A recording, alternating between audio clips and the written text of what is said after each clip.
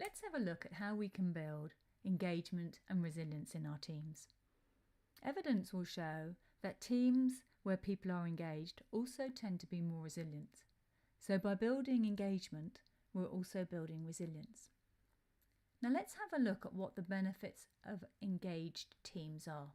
Well, organisations where staff are engaged consistently report having higher levels of productivity, higher levels of profitability, increased customer satisfaction, and higher levels of staff retention. And so they're 4 really big markers of what we get from engaged teams.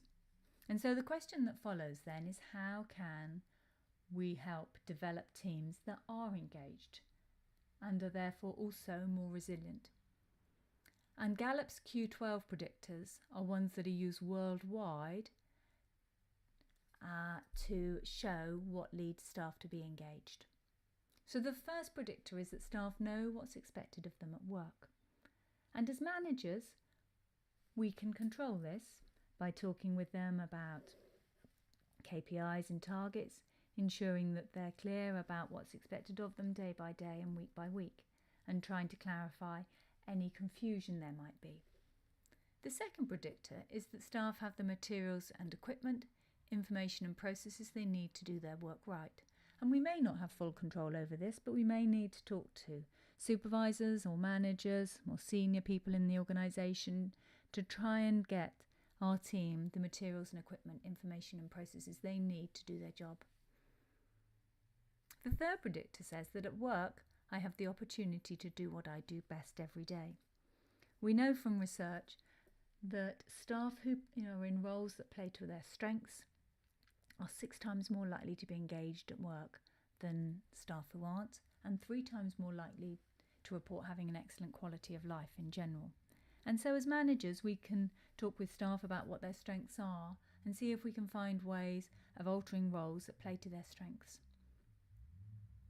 The fourth one, in the last 7 days I've received recognition or praise for doing good work. Giving constructive feedback and positive feedback are things all of us as managers can do. And when it's specific and encouraging or identifies areas for improvement, staff feel that their work has been noticed and valued and that they've got pointers for how they can keep doing it even better.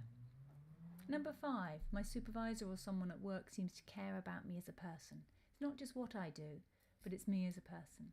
And number 6, there's someone at work who encourages my development, who looks at them as a whole person, not just the task in hand, and will encourage them in terms of taking more courses or more development internally or externally in order to progress professionally.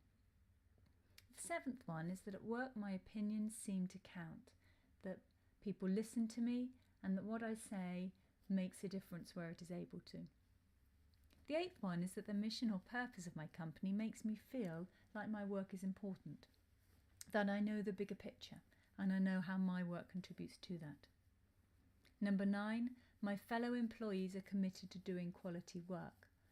When I feel I'm part of a team who is doing their best to do quality work, I'm more engaged than when I'm not. The 10th one is that I have a best friend at work. We may not feel this is something that we can control, and it isn't. But when people do have a best friend at work, they feel more engaged. The 11th one is that in the last 6 months, someone at work has talked to me about my progress. This links to number 6, where we encourage people's development and we talk to them about how they're doing, how they've done over the last few months and where they may go in the future. And in the last year, I've had opportunities at work to learn and grow. And so if we look at engagement, much of it relates to the relationship employees have with their managers, and that managers account for 70% of the variance in employee engagement. And that if we are able to develop teams and individuals who are engaged, they are more likely to form part of resilient teams.